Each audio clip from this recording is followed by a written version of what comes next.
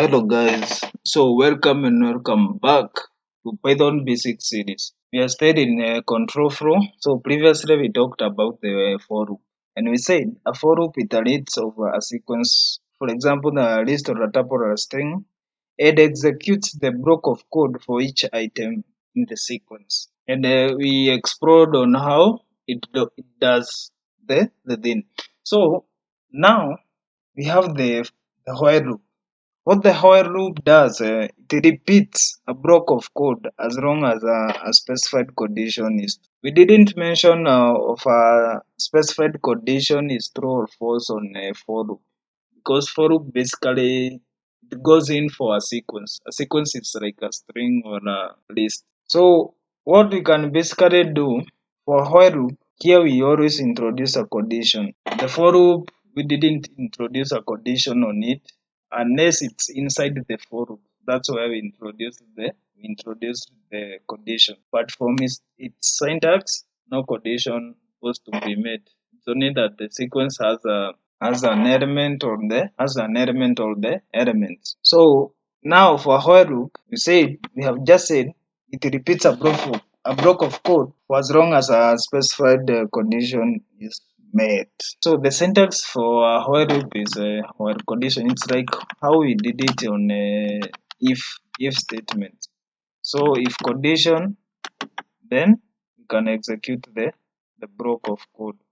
So that's how it does. So we are going to give a condition. So if whenever the condition is true, it's going to print it. For example, you can introduce a variable I is equals to 0. So here we are going to explore the assignment operators. I explained about the assignment operators previously on the operators part.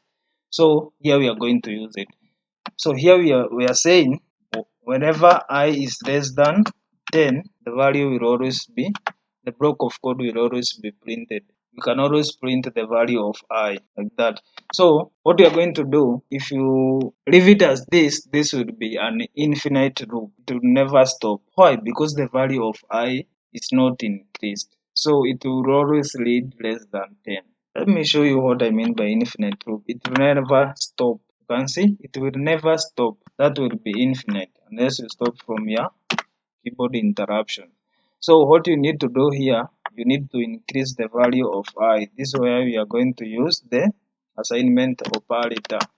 Like I just showed you previously on the operators part. So here, whenever we print the value of I, we are going to increase the value of I.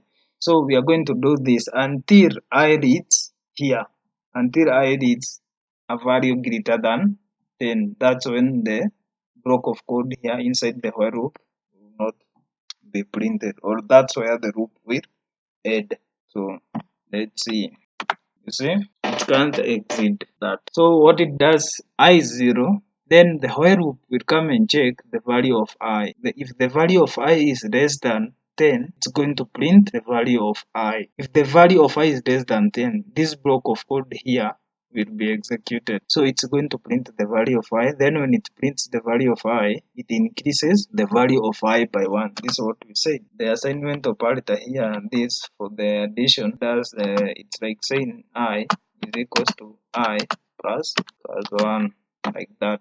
So it will increase the value of I to 1. So the loop goes again, checks the value of I. The value of I now will be 1. So I is less than 10, true. So it's going to print I. That's what it does. Then it increases the value of I to 2. Then it goes again until it will do that until the value of I is 10. Now when the value of I is 10, it's going to check I is less than 10. That would be false. Now the loop ends there. It won't print the block of code because the condition here is false. So it will do this until the condition is false. So it's going to execute the block of code inside the loop until this condition becomes false. That's why you need to be careful with the loops. For example, the while loop. I just showed you, if we don't increase the value of I here, the loop will run forever. It will be infinite. It will run forever. So you need to be careful with the loops because it can crash your program.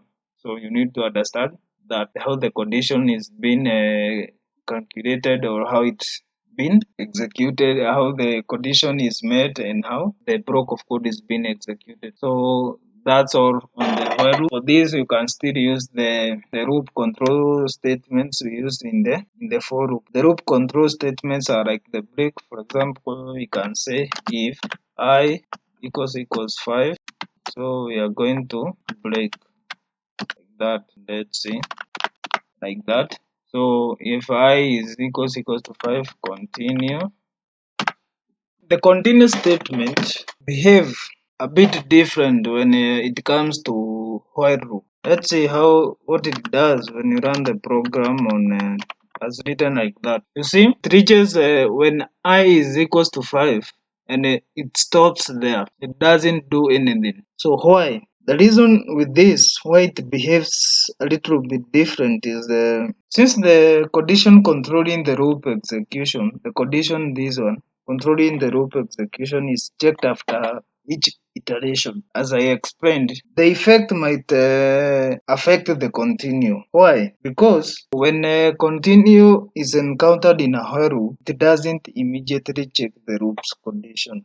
Instead, it jumps back to the loop's beginning, rechecks the condition, and continues the execution if the condition is still true. You get what I'm saying? We have executed from 0 to 4. Now we are on I is equals to 5. When I is equals to 5, the continuous statement is going to skip the rest of the block of code. So it goes back there. But now I is still 5 because the increment was not done. It was skipped in our code. The increment here was not done because it was skipped. So the program will remain there because no increment will be done. So I will continue reading as 5. Even though we wait for 100 years, there's no way the program is going to continue. So to solve that, what we are going to do, we are going to increment the values, the value of I here at the top. It's not going to be done down here. So when I gets to 5, it's going to skip the